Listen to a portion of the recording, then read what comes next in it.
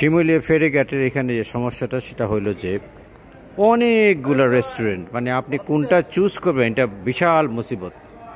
মানে এই মাথা থেকে ওই মাথা সব শুধু রেস্টুরেন্ট আর রেস্টুরেন্ট। আর কোনটা ভালো কোনটা খারাপ আমার মনে হয় যদি কারো জানা থাকে সেটা বললে সুবিধা হয়। এবং পরিবেশ কতটুকু ভালো, খাওয়া কতটুকু হাইজিন কিছুই বোঝা যাচ্ছে না। এবং কোন তৈল ওরা ব্যবহার করতেছে এবং কতটুকু স্বাস্থ্যসম্মত সেটা আসলে বোঝা মুশকিল। শিমুলিয়া ফেরিঘাটের দিকে যাচ্ছি, যে সমস্যা এখানে আমি আগে বলছিলাম যে কোন রেস্টুরেন্টে আপনি খাবেন। Rupasi Bangla, Nirala hotel and restaurant, Basumati and restaurant, Kashmiri Khichuri, Ilish Adda restaurant, এটা কোনটা, নিউমোল্লা, ইলিশ ভুজ রেস্টুরেন্ট, শখের হাড়ি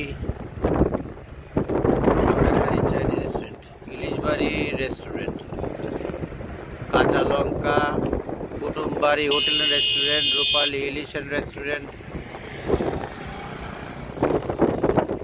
অর্থাৎ রেস্টুরেন্টের ছড়াছড়ি, কিন্তু কোনটা ভালো কোনটা খারাপ বোঝার উপায় নাই। আর এখানে একটা আছে যেটা হচ্ছে যে আমি এখনো নামটা পড়তে পারতেছি না, রেস্টুরেন্ট নামটা কোথায় লেখা আছে,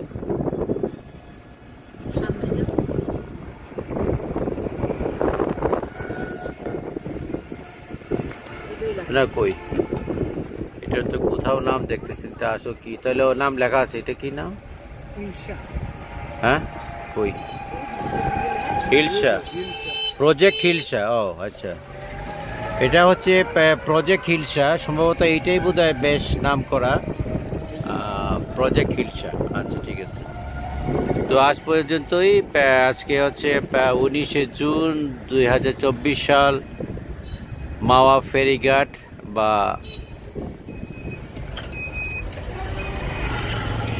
শিমুলিয়া ফেরিঘাট দেখা হলো। ধন্যবাদ। এখানে অনেক গাড়ি আসছে, সবাই বোধহয় ঘুরতে আসছে।